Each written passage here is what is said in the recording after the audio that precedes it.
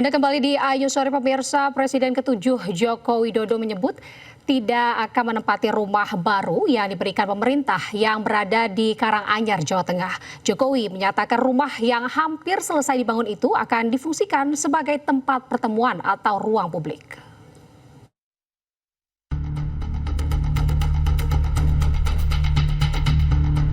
Pembangunan rumah pensiun Presiden ke-7 RI Joko Widodo di kawasan Colomadu, Kabupaten Karanganyar, Jawa Tengah hampir selesai mencapai 90%. Jokowi menyampaikan tidak akan menempati rumah dari pemerintah tersebut dan tetap tinggal di rumah lamanya di Kelurahan Sumber Solo. Rencananya rumah akan dijadikan ruang publik atau tempat pertemuan. Rumah itu masih kewenangan di Kementerian Sekretariat Negara karena masih belum diserahkan pada saya dan saya melihat juga belum selesai. Kalau konsep sama desainnya, Bapak sendiri yang membeli atau dari arsitek? Dari arsitek, ya saya ditanya-tanya dong. Sampai sekarang sudah berapa persen Pak proses pembangunan? Nggak tahu, ditanyakan aja ke Kementerian Seknek. Cuma koreksi City atau gimana Pak? Gimana? Konsepnya apakah Polres kemudian? Nggak ada konsep-konsep. Rumah pensiun Jokowi dibangun di atas lahan seluas 12.000 meter persegi di Jalan Adi Sucipto atau sekitar 13 menit dari Bandara Adi Sumarmo. Area rumah tidak bersebelahan langsung dengan permukiman warga, melainkan diapit 2 rumah makan dan dekat dengan Universitas Muhammadiyah Surakarta. Dari Solo, Jawa Tengah, Septiantoro, iNews melaporkan. Pemirsa, jeratan judi online menyasar seluruh lapisan masyarakat. Mirisnya lagi, para pelaku judi ini juga berasal dari kalangan petani, anak-anak hingga tunawisma.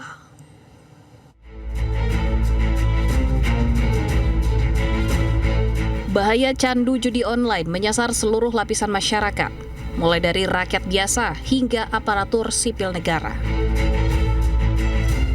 Menurut data Kejaksaan Agung, sedikitnya 88% pelaku judi online merupakan laki-laki, sementara pelaku judi online perempuan menyumbang angka 11%.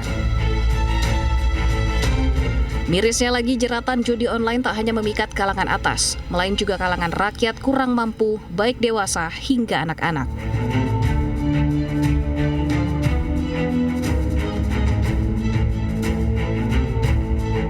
Kejaksaan Agung juga membongkar fakta bahwa para pelaku judi online berasal dari beragam latar, mulai dari para petani, murid, bahkan tunawisma. Mereka tergiur dengan keuntungan maya yang nyatanya hanya sementara.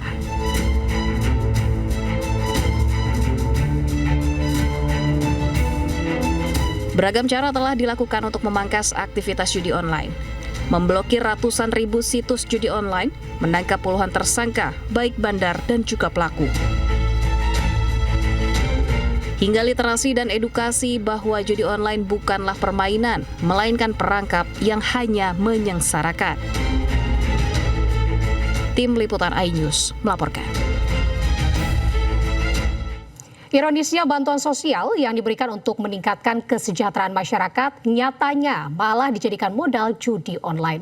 Tidak main-main, di Jakarta pemirsa, 5.000 penerima bansos terlibat judi online dengan nilai transaksi mencapai triliunan.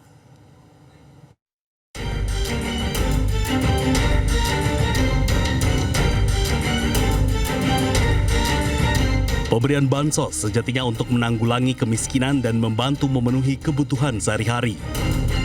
Namun sayangnya banyak yang menyalahgunakan bansos dari pemerintah untuk judi online.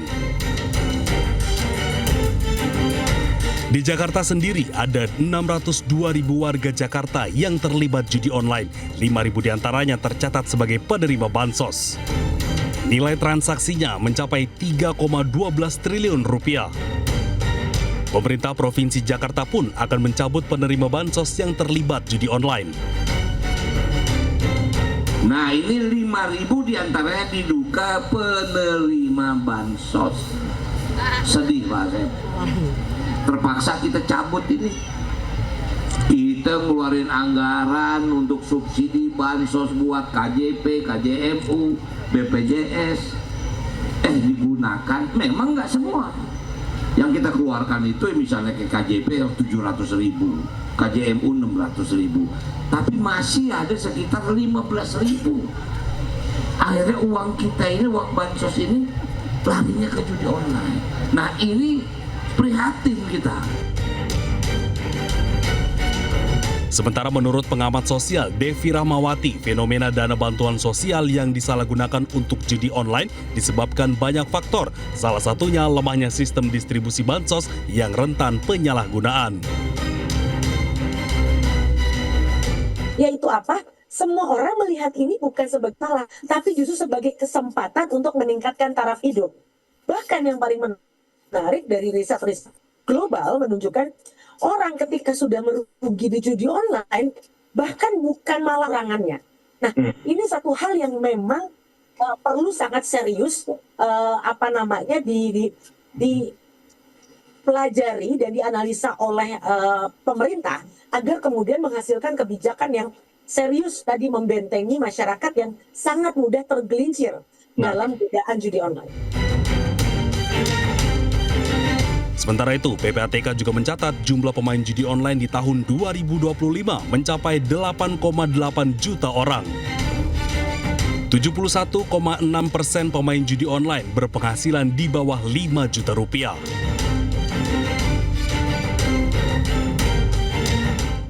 Pemirsa, siswa-siswi sekolah rakyat mengikuti upacara peringatan ke-97 Hari Sumpah Pemuda di Museum Bank Indonesia. Meski di bawah rintik hujan, tidak menyurutkan semangat para siswa dan siswi tersebut untuk mengikuti upacara tersebut. Putusan Kongres Pemuda Indonesia 1928. Siswa-siswi sekolah rakyat mengikuti upacara peringatan ke-97 Hari Sumpah Pemuda di Museum Bank Indonesia Selasa siang.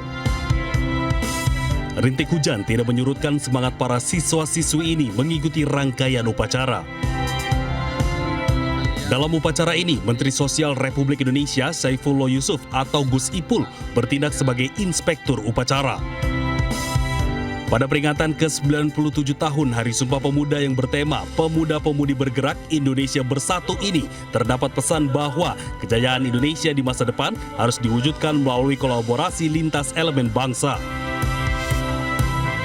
Pada kesempatan itu, Gus Ipul menyampaikan bahwa siswa-siswi sekolah rakyat harus menjadi agen perubahan untuk mewujudkan Indonesia dan menjadi pemimpin bangsa di masa depan. Para pendahulu kita sudah meletakkan dasar-dasar kebersamaan, kerukunan, ya. Nah, sekarang saatnya kita merancang masa depan dan tentu yang akan menjadi pemimpin adalah adik-adik kita ini yang sebagian ada di sekolah rakyat.